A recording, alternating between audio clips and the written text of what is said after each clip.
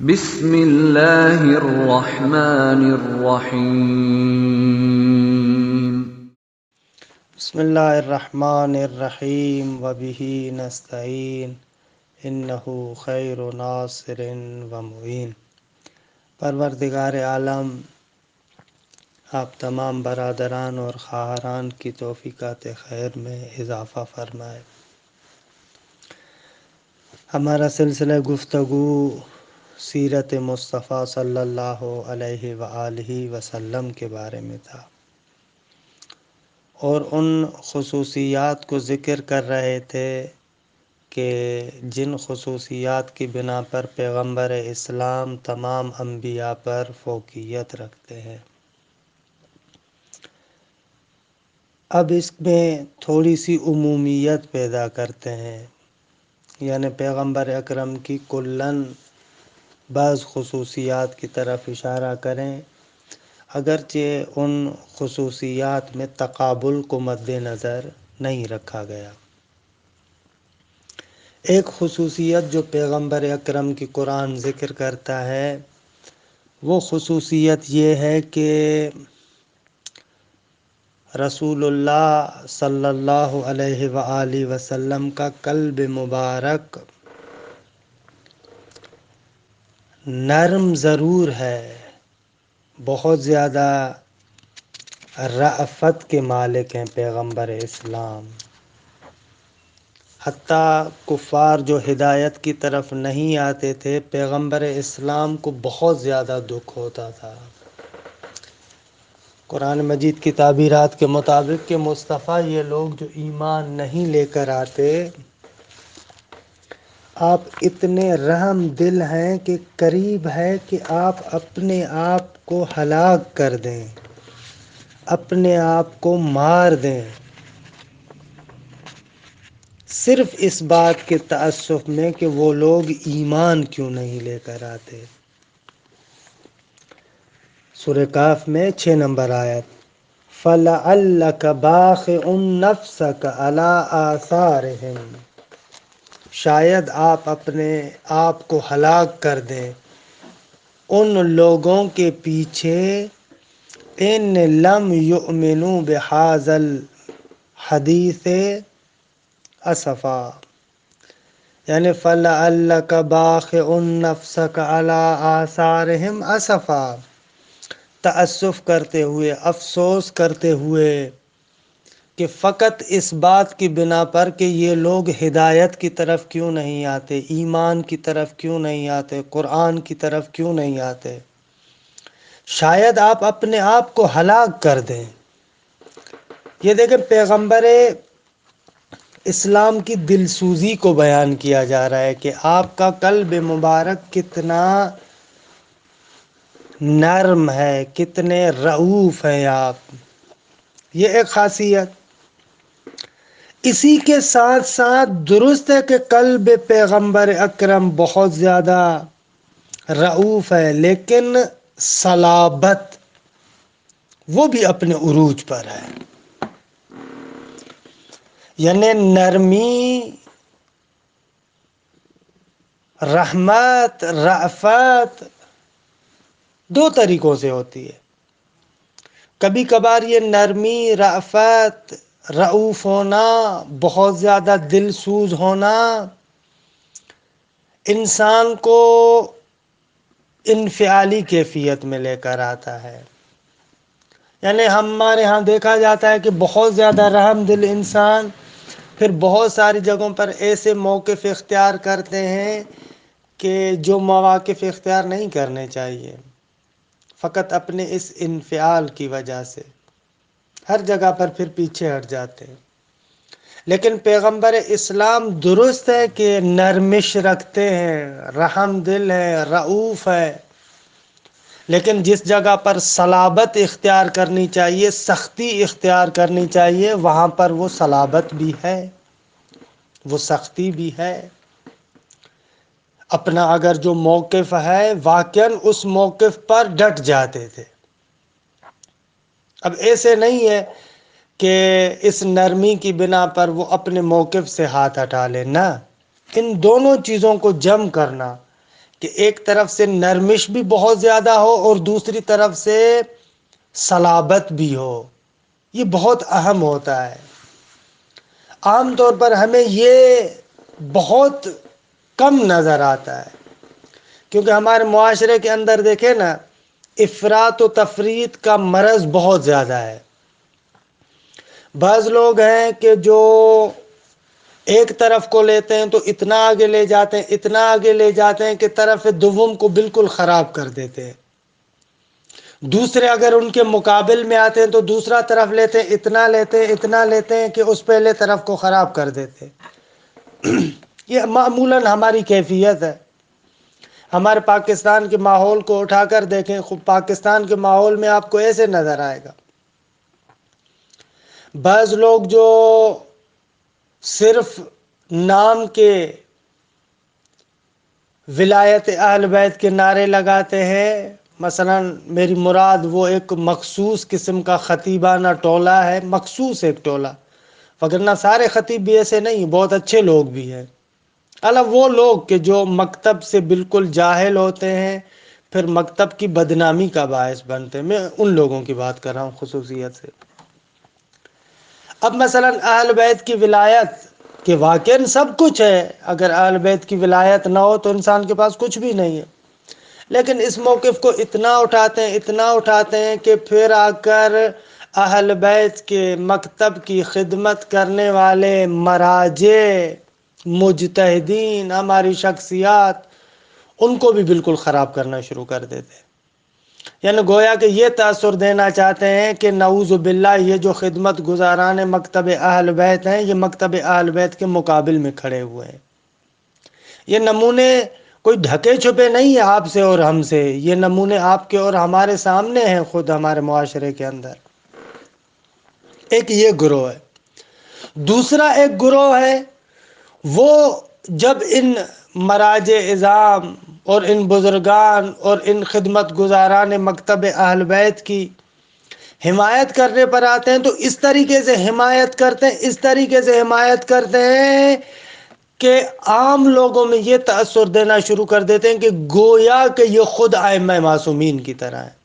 الگ گویا کی تعبیر میں استعمال کر رہا ہوں۔ حتیٰ بعض وہ چیزیں کہ جو ظاہر میں ہمارے معاشرے کے اندر اہل بیت اطہار کے مختصات میں سے سمجھی جاتی ہے، ان مختصات کو بھی ادھر لے کر جانا شروع کر دیتے ہیں۔ خوب وہ تفریطی تھا کہ بالکل نہیں مان رہا تھا، یہ افراطی ہے۔ یہ ہمارے ہاں بہت بڑا مسئلہ ہے۔ ہم لوگ درمیانے بیلنس اختیار کرنے والے بالکل نہیں ہیں، کہ جو وسطی اور بیلنس میں آئے، وسط والی کیفیت میں، کہ درست ہے کہ مکتب اہل بیت میں ولایت اہل بیت کی جو تأکید ہے وہ کسی اور چیز کے بارے میں نہیں ہے، لیکن اس کا مقصد نہیں ہے یہ کہ جو اسی مکتب اہل بیت کے خدمت گزار ہیں، جو اسی مکتب اہل بیت کے محافظین ہیں، ہم لوگ آ کر ان کے بارے میں برا بھلا کہنا شروع کر دیں۔ یہ بھی غلط ہے۔ اور ادھر سے یہ بھی غلط ہے کہ یہ جو خدمت گزار ہیں اس مکتب کے، آپ ان کو اس فاز میں لے کر جائیں جو اہل بیت اطہار کا فاز ہے، اس فاز میں لے کر جانے کی بھی ضرورت نہیں ہے، نہ خود یہ اس پر راضی ہے، خود بھی اس پر راضی نہیں ہے۔ تو یہ درمیانی کیفیت اختیار کرنا بہت مشکل ہوتی ہے، بہت ضروری ہے۔ یا ایک اور مثال بھی دوں کیونکہ آج کل چل بھی رہا ہے، جیسے مثلا خود اتحاد بین المسلمین۔ اب اتحاد بین المسلمین ایک ایسی حقیقت ہے کہ جس کا کوئی بھی عقل مند انسان انکار نہیں کر سکتا۔ بعض لوگ ہمارے معاشرے میں بالکل اتحاد بین المسلمین کے نعرے سے ہی چڑھتے ہیں، بھئی یہ کیا ہو سکتا ہے، ہمارا فلاں فلاں فلاں لوگوں کے ساتھ کیسے اتحاد ہو سکتا ہے، لہذا اس چیز کا سرے سے انکار کرتے ہیں۔ اور بعض لوگ جو اپنے آپ کو داعیے اتحاد قرار دیتے ہیں، ان لوگوں کی مصیبت یہ ہے کہ اتحاد کے معنی کو وہاں تک توسیع دے دیتے ہیں، وہاں تک وسعت دے دیتے ہیں، وہاں تک لے کر جاتے ہیں جہاں تک خود اس اتحاد کے ہمارے زمانے کے اندر منادی امام راحل مرحوم یا مقام معظم رہبری بھی نہیں ہے. ان لوگوں نے پھر اتحاد کو اتنا آگے بڑھا دیا، یعنی بیلنس بالکل نہیں. ایک بندہ کہہ رہا کہ اتحاد صرف ڈھونگ ہے، ان لوگوں کے ساتھ کیسے اتحاد ہو سکتا ہے؟ یہ غلط بات ہے. کیوں نہیں ہو سکتا اتحاد؟ ہمارے اتنے مشترکات ہیں، ہم مسلمانوں کے اتنے مشترکات ہیں، ان مشترکات پر ہم لوگ کیوں جمع نہیں ہو سکتے؟ بعض لوگ ایسے پھر اتحاد کو اس طریقے سے پیش کرتے ہیں کہ دیکھیے آپ کو ایسے لگتا ہے کہ آپ اپنے مکتب کے مختصات سے بھی ہاتھ ہٹا لیں. اب یہ تصویر بھی غلط ہے. مثال دوں میں تھوڑی سی ایک بات، کیونکہ یہ آج کل ایام بھی ہیں، لہذا ضروری سمجھتا ہوں کہ اس کے بارے میں دو تین باتیں عرض کروں. آقا شہید مرزا مطہری اپنے آثار میں ایک جگہ پر اتحاد کا معنی کرتے ہیں کہ یہ ہم لوگ جو کہتے ہیں کہ اتحاد بین المسلمین، اس سے کیا کہنا چاہتے ہیں؟ آقا شہید مرزا مطہری فرماتے ہیں کہ اتحاد کا ایک معنی غلط ہے جو نہ ہمیں پسند ہے، جو نہ ہم اتحاد اس طریقے سے کر سکتے ہیں، نہ سامنے والے اس طریقے سے اتحاد کر سکتے ہیں. وہ اتحاد کا غلط معنی یہ ہے. اتحاد کا غلط معنی یہ ہے کہ آپ کہیں دو گروہ، دو مذہب، دو مکتب فکر ایک دوسرے کے ساتھ اتحاد کریں. یعنی کیا؟ یعنی ایک مکتب فکر فرض کریں الف ہے اور دوسرا مکتب فکر با ہے. اب اتحاد کا معنی آپ یہ کریں کہ جو مختصات اور امتیازات مکتب الف کے ہیں، وہ الف اپنے ان مختصات اور امتیازات اور خصوصیات اور منفردات کو چھوڑ دے. اسی طریقے سے مکتب بے کے جو خصوصیات ہیں، امتیازات ہیں، منفردات ہیں، وہ ان کو چھوڑ دے. پھر مکتب الف اور مکتب با کے درمیان جو مشترکات ہیں ان پر جمع ہو جائے. آغا شہید مرزا مطہری رحمۃ اللہ علیہ فرماتے ہیں کہ یہ اتحاد کا معنی بالکل غلط ہے. اتحاد بین المسلمین کا مقصد یہ نہیں ہے کہ تمام اسلامی فرقے اپنی خصوصیات کو ختم کر کے فقط مشترکات پر جمع ہو جائے. یہ اتحاد کا غلط معنی ہے، اس کو کوئی فرقہ تسلیم نہیں کرے گا.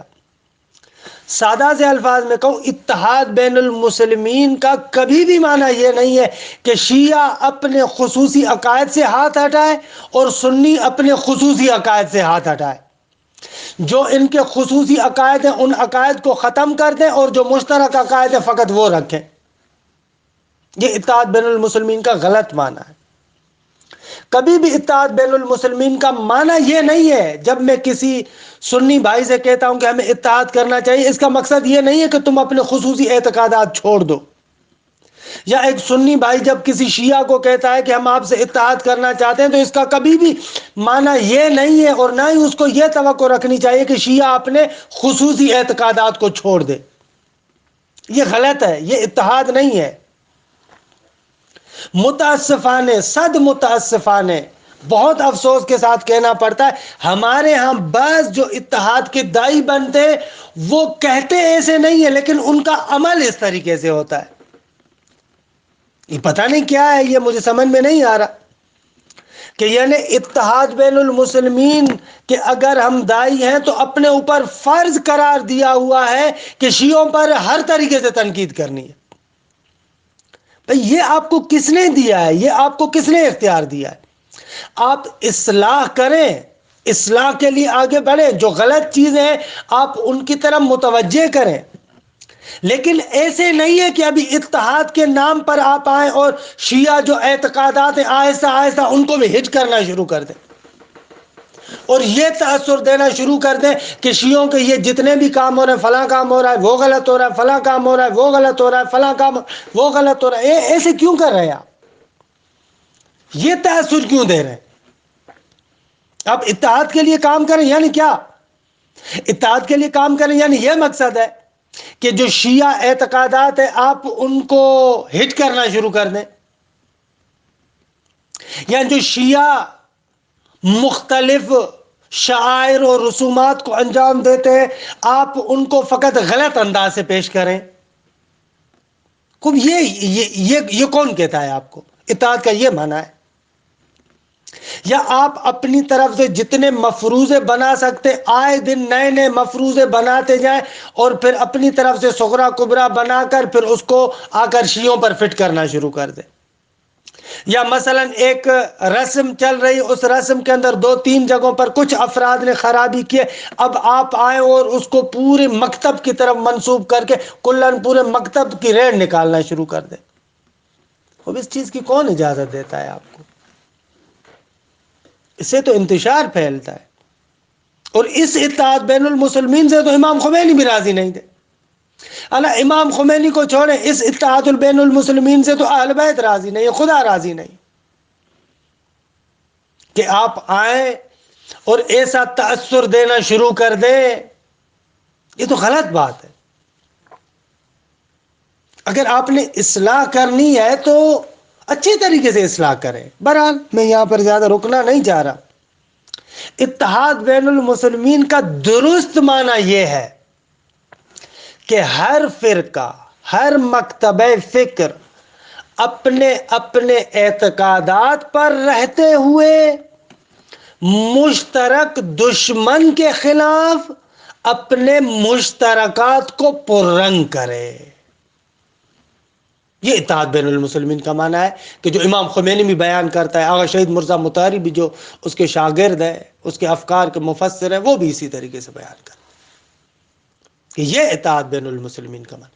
اگر آپ لوگوں کا ایک مشترکہ دشمن ہے، اس مشترکہ دشمن کے مقابلے میں آپ لوگ اپنے مشترکات پر جمع ہوتے ہوئے اس مشترکہ دشمن کے خلاف مشترکہ لائحہ عمل اختیار کریں. لیکن کبھی بھی یہ توقع نہیں ہے کہ جو الف مذہب ہے، الف مکتب ہے، وہ اپنی خصوصیات کو، اپنے اعتقادات کو، اپنے مختصات کو چھوڑ دے. یعنی میں جو اتحاد بین المسلمین کا داعی ہوں، میں کبھی بھی یہ نہیں کہتا کہ اہل سنت برادران اپنے خصوصی اعتقادات چھوڑ دیں. نہ کسی اہل سنت بھائی کو یہ توقع ہے کہ میں جب ان کے ساتھ اتحاد کر رہا ہوں میں اپنے خصوصیات اور امتیازات کو چھوڑ دوں یا میں اپنے مکتب کے بعض اعتقادات سے ہاتھ ہٹا لوں. بالکل نہیں. ہاں یہ ہے علنی طور پر کسی کے جو مقدسات ہیں علنی طور پر ان مقدسات کی توہین نہیں کرنی چاہیے تاکہ شغاف نہ پیدا ہو جائے.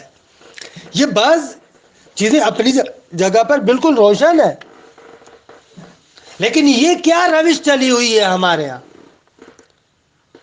کہ جو بندہ اتحاد بین المسلمین کا مخالف ہے وہ اس چیز پر لگا ہوا ہے کہ بھئی ہمارا ان کے ساتھ اتحاد نہیں ہو سکتا کیونکہ یہ فلاں ہے، یہ فلاں کو مانتے، ہم نہیں مانتے، ہم فلاں کو مانتے ہیں، وہ لوگ فلاں کو نہیں مانتے.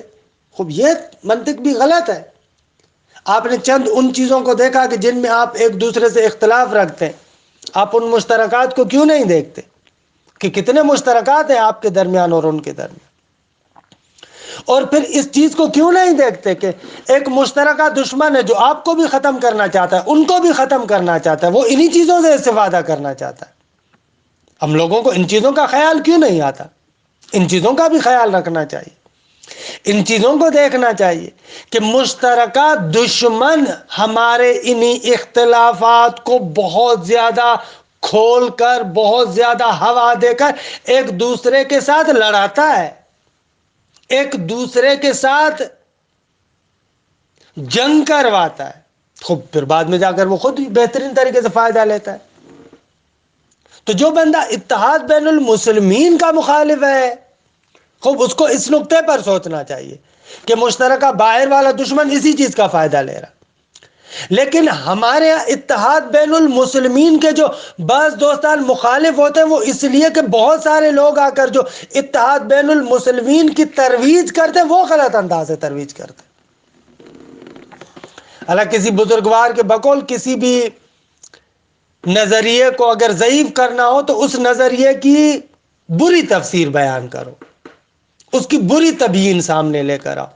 کسی بھی نظریے کی بری تبیین، برے طریقے سے بیان کرنا خود اس نظریے کو خود بخود خراب کر دے گا.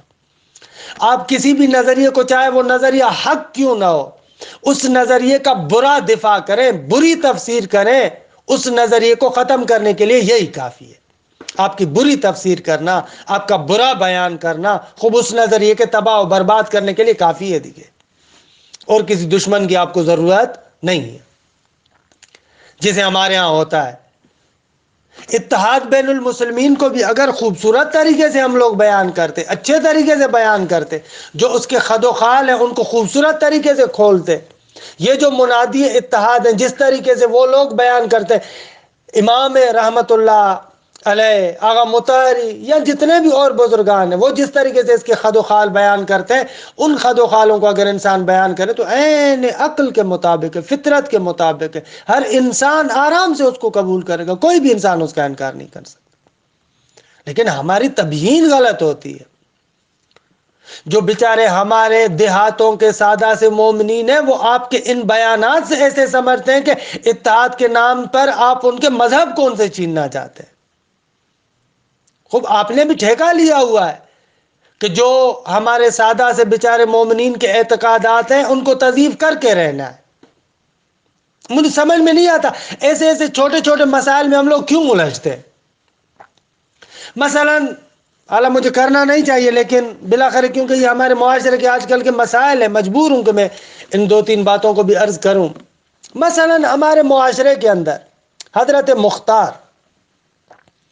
غیر معصوم شخصیات کے درمیان شہامت، شجاعت کا ایک سمبل ہے، ایک نماد ہے، ایک نمونہ ہے.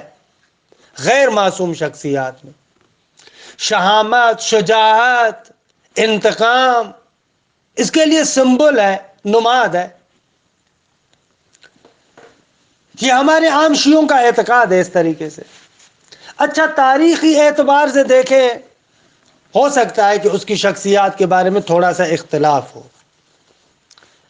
لیکن آیا یہ ایک ایسا مسئلہ ہے دین اسلام کا کہ جس سے دین اسلام، تشیع کے اصول و فروع اسی سے وابستہ ہیں؟ یعنی جب تک آپ مختار ثقفی کی شخصیت کو خراب نہ کریں آپ کا دین پابرجا نہیں ہوتا. آپ کے دین کے قیام کے لیے بس یہ ضروری ہے کہ مختار کا بیڑا غرق کرو. جبکہ تاریخی اعتبار سے جن اسناد کی تحت، جن باتوں کی تحت آپ بیان کرتے ہیں، محققین ان کی تضعیف کرتے ہیں. نہ سند کے لحاظ سے ان کی کوئی بنیاد ہے، نہ دلالت کے اعتبار سے ان کی کوئی بنیاد ہے. خوب اور کچھ نہ صحیح، اور آپ کو زحمت نہیں ہوتی، حد اقل معجم و رجال للحدیث سید خوئی کی اٹھا کر دیکھیں، اسی کے اندر ان تمام روایات کو جمع کرتے ہیں اور جرح و تعدیل بیان کرتے ہیں کہ بابا جو مختار ثقفی کی تضعیف کے بارے میں روایات، اولا ان کی سند دیکھیں، سند ندارت، بعض کی دلالت دیکھیں. اور اس کے علاوہ آپ خود یہ سوچیں کہ وہ جو اس زمانے میں بنی امیہ کی پائے گاہ بنی ہوئی تھی، جنہوں نے امیر المومنین کو نہیں چھوڑا، امیر المومنین کے بارے میں کیا کیا ان لوگوں نے لکھ دیا. تو امیر المومنین کے بعد شام والوں کو سب سے بڑا نقصان دینے والا مختار ثقفی تھا. جنگ صفین کے بعد شام والوں کو جو سب سے بڑا نقصان اٹھانا پڑا تھا اس وقت تک، وہ مختار ثقفی سے تھا. خب جو امیر المومنین کو نہیں چھوڑتے، اس کے خلاف اتنی الٹی سیدھی احادیث گھڑ لیتے ہیں، تو آپ کیا سمجھتے ہیں کہ مختار کو ان لوگوں نے چھوڑ دیا ہوگا جنہوں نے اتنا ان کو نقصان دیا؟ لیکن میں پھر بھی ان تمام تحقیقی باتوں سے بھی ہاتھ ہٹا لوں، میں صرف یہ کہنا چاہتا ہوں کہ آخر پھر بھی آپ کیوں لگ گئے؟ ہمارا ایک عامی سادہ سا مومن مختار کے بارے میں ایک اچھا عقیدہ رکھتا ہے بیچارہ.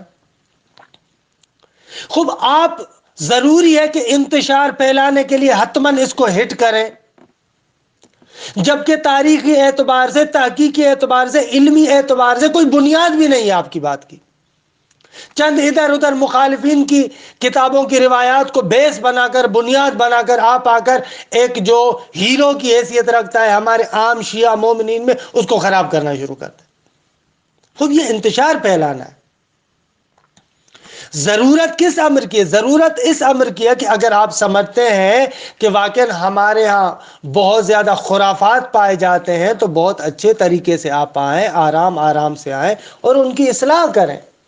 اللہ معاف کیجیے گا، الکلام و یجر الکلام کی بنا پر میں کہاں سے کہاں نکل گیا، لیکن یہ ضروری سمجھ رہا تھا کہ ان کی طرف تھوڑے سے تذکرات کی طرف اشارہ کروں، کیونکہ ہمارے معاشرے میں بہت زیادہ یہ مصیبت آ رہی ہے، آج کل بہت زیادہ یہ مصیبت آئی ہوئی ہے۔ بہرحال خداوند متعال ہمیں توفیق دے کہ افراط و تفریط کے مرض سے بچیں، نہ بالکل ادھر نہ بالکل ادھر، جو وسط معتدلانہ راستہ ہے اس راستے کو اختیار کریں۔ اس راستے کو واقعاً اگر صحیح طریقے سے ہم تبیین کریں، اختیار کریں، تو عام مومن بھی آپ کے ساتھ ہے۔ اور یہ تو میں نے بارہا اپنے گزارشات میں عرض کیا ہے کہ ہمارا عام سادہ سا مومن واقعاً ایک پاک فطرت والا انسان ہے۔ چند بندوں کو دیکھ کر آپ کلن سب لوگوں کا رگڑا نکال دیں، یہ درست عمل نہیں ہے۔ یا بسا اوقات آپ عام بندوں کو دیکھتے ہیں کہ وہ لوگ بڑی بڑی شخصیات کے خلاف بھی جسارت کرتے ہیں، اس لیے کہ ان کو یہ بتایا جاتا ہے کہ یہ اہل بیت کے خلاف ہے، اور پھر سونے پر سہاگا یہ ہو جاتا ہے کہ ہم لوگ ایسے عمل انجام دیتے ہیں جن سے ان کی تقویت ہوتی ہے۔ خطبہ پڑھتے ہوئے حمد کے بعد اہل بیت پیغمبر اکرم کو ہٹا کر خود ڈائریکٹ امام خمینی اور مقام معظم رہبری کو لے کر، خوب ہمارے معاشرے کا، ہماری سوسائٹی کا، ہمارے معاشرے کے اندر پھر یہ عام مومن سے کیا سمجھے گا؟ یا آپ ولایت فقیہ کی اتنی گندی تبیین کریں کہ سامنے والے کی طرف یہ تاثر جائے کہ یہ اب اس ولی فقیہ کو وہی امام معصوم سمجھتا ہے، تو وہ کب بندہ ولایت فقیہ کی طرف آئے گا؟ ولایت فقیہ کو بھی اگر خوبصورت طریقے سے بیان کریں تو بہترین نظریہ ہے، ہمارے وقت کی ضرورت ہے، لیکن ہم لوگوں کی گندی تبیین عام مومنین کو اس نظریے سے دور بھگا رہی ہے۔ بہرحال خداوند متعال میں توفیق دے کہ درست تبیین کریں۔ بہرحال میں بات کر رہا تھا پیغمبر اسلام کے بارے میں کہ پیغمبر اسلام کا قلب، آپ کا دل در عین حال کے نرم تھا، لیکن صلابت بھی تھی، نرمی بھی تھی، صلابت بھی تھی۔ نہ بالکل اس طریقے سے تھے کہ سب کو بھگا دے، نہ بالکل اس طریقے سے تھے کہ سب کو اپنے گرد جمع کر دے، نہ، پیغمبر اکرم اپنے موقف، اپنے نظریے اور جو پیغام خداوند متعال کی جانب سے لے کر آئے در عین حال کے اس پر بالکل محکم موجود تھے، لیکن نرمش بھی تھی۔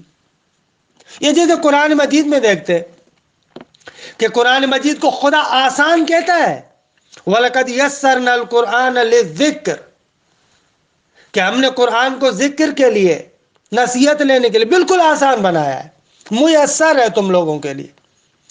لیکن آسان کے ساتھ ساتھ اسی قرآن کے لیے اِنَّا سَنُلْقِي عَلَيْكَ قَوْلًا ثَقِيلًا، ہم ان قریب تم پر ایک قول ثقیل، وزین نازل کرنے والے۔ آسان ہے لیکن وزین ہے۔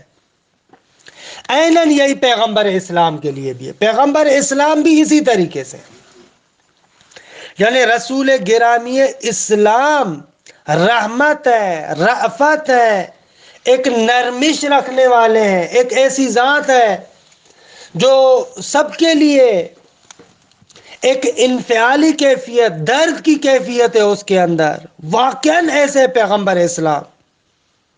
لیکن ان تمام چیزوں کے باوجود خود پیغمبر اکرم کی رسالت خدا کی جانب سے منت ہے، منت۔ یہ منت اور عربی زبان میں جو منہ، یہ ہمارے ہاں جو منت استعمال ہوتی ہے اسے فرق کرتا ہے۔ عربی زبان میں منت اور منہ وہاں پر ہوتا ہے کہ ایک ایسی سنگین اور وزین نعمت کہ جس کو اٹھانا بہت زیادہ مشکل ہو، اس کے لیے لفظ منہ استعمال ہوتا ہے، یعنی ایسی نعمت ہے، اتنی وزین ہے کہ اس کو اٹھانا بہت زیادہ مشکل ہو رہا ہے۔ یہ خداوند متعال نے پیغمبر اسلام کے لیے فرمایا۔ سورہ آل عمران میں آپ دیکھتے ہیں لقد من اللہ علی المؤمنین اذ بعث فیہم رسولا من انفسہم۔ من، پیغمبر اکرم کی رسالت منت ہے، بہت وزین نعمت ہے، سنگین نعمت ہے، اس کو حمل کرنا، اس کو اٹھانا بہت زیادہ مشکل ہے۔ ایک طرف سے وزین ہے، لیکن دوسری طرف سے آپ پیغمبر اکرم کو دیکھیں، لَقَدْ جَاءَكُمْ رَسُولٌ مِّنْ أَنفُسِكُمْ عَزِيزٌ عَلَيْهِ مَا عَنِتُّمْ حَرِيصٌ عَلَيْكُمْ بِالْمُؤْمِنِينَ رَءُوفٌ رَحِيمٌ۔ سورہ توبہ کے اندر 128 نمبر آیا۔ ایک طرف سے پیغمبر اکرم منت ہے، اس نعمت کو اٹھانا بہت مشکل ہے، سنگین ہے، لیکن دوسری طرف سے مومنین کے لیے رؤوف ہے، رحیم ہے، عزیز ہے، مومنین کی نسبت سے۔ ان دونوں چیزوں کو پیغمبر اکرم کی ذات کے اندر آپ ملاحظہ کر سکتے ہیں کہ واقعاً رسول اللہ کی ایسی ذات ہے۔ ان دونوں چیزوں کو جمع کرنا بہت ضروری ہے۔ ہمارے ہاں یہی مشکل ہے کہ ہم ان دو چیزوں کو جمع نہیں کر پاتے، وگرنہ اگر ان دونوں چیزوں کو ہم لوگ جمع کریں کہ نرمش بھی ہونی چاہیے، لیکن اس نرمش کے ساتھ ساتھ صلابت بھی ہونی چاہیے۔ یہ قرآن مجید کا اسلوب بھی یہی ہے، خداوند متعال کی بھی سنت اور دع بھی یہی ہے۔ خوب صفات جلالیہ اور جمالیہ کیا ہے؟ خوب نرمش بھی ہے، جلال بھی ہے۔ ان دونوں چیزوں کو انسان ساتھ ساتھ لے کر چلے، اور مکتب تشیع میں بھی یہی دونوں چیزیں ہیں کہ خدا، آئین خدا کے ساتھ محبت، دشمن خدا، دشمن آئین خدا کے دشمن سے نفرت۔ اسی چیز کا نام تولی اور تبری ہے۔ تولی اور تبری بھی یہی ہے، اس کے علاوہ اور کچھ نہیں ہے۔ وہ غلط پروپیگنڈا ہوتا ہے جو تبری کو، تبرے کو گالی کے معنی میں استعمال کرتا ہے۔ نہ نہ نہ نہ نہ، تبری یعنی یہی، خدا، آئین خدا کے دشمن سے دوری، بیزاری، خدا، آئین خدا سے محبت، تولی۔ ان دونوں چیزوں کو اگر انسان جمع کرے تو واقعاً مکتب کے لیے مفید انسان واقع ہو سکتا ہے۔ اور یہی پیغمبر اکرم ہے کہ پیغمبر اکرم کی بعثت منت بھی ہے، اور پیغمبر اکرم صلابت بھی اس طریقے سے رکھتے ہیں۔ بہرحال کہ یہاں پر میں زیادہ رکا، اور ایک اور خصوصیت کی طرف جلدی میں اشارہ کرتا ہوں، پیغمبر اکرم کے اخلاق کی عظمت، یہ بھی بہت بڑی بات ہے۔ قرآن مجید جو اس تمام دنیا وما فیہا کے بارے میں کہتا ہے یہ قلیل ہے، متاع الدنیا قلیل، متاع دنیا قلیل ہے، یہ سراسر دنیا، اتنی دنیا، لیکن قرآن اس کو کہتا ہے کہ نہ، یہ قلیل ہے۔ یا شیطان کہ جس کے وسوسوں نے پوری کائنات کا بیڑا غرق کیا ہوا ہے، انسانوں کا بیڑا غرق کیا ہوا ہے، لیکن خدا کہہ رہا ہے کہ نہ، ان کید الشیطان کان ضعیفا، شیطان کا یہ جو قید، دھوکہ ہے، یہ بالکل ضعیف ہے۔ ان تمام چیزوں کو قرآن خدا قلیل، ضعیف قرار دیتا ہے، لیکن وہی خدا جب پیغمبر اکرم کے خلق اور اخلاق کی طرف آتا ہے تو ارشاد ہوتا ہے انک لعلی خلق عظیم۔ اللہ اکبر، تم اخلاق عظیم کے مالک ہو۔ ایک مرتبہ ہوتا ہے ہمارے معاشرے میں جو خطیبانہ ہوتے ہیں، خطیب آ کر کہتا ہے، دوسری مرتبہ نہ نہ نہ، خدا کہہ رہا ہے عظیم۔ خوب یہاں سے آپ اندازہ لگائیں کہ کتنی عظمت ہے، اور قرآن اس چیز کو عظیم سمجھتا ہے، اس چیز کو عظمت دیتا ہے۔ لیکن ہم لوگ جو مادیات میں بھرے ہوتے ہیں، یا آتا اس زمانے کے جو مشرکین ہیں جن کی نگاہ مادیات والی تھی، جہاں پر زیادہ پیسے دیے اس کو عظیم سمجھنا شروع کر دیتے تھے۔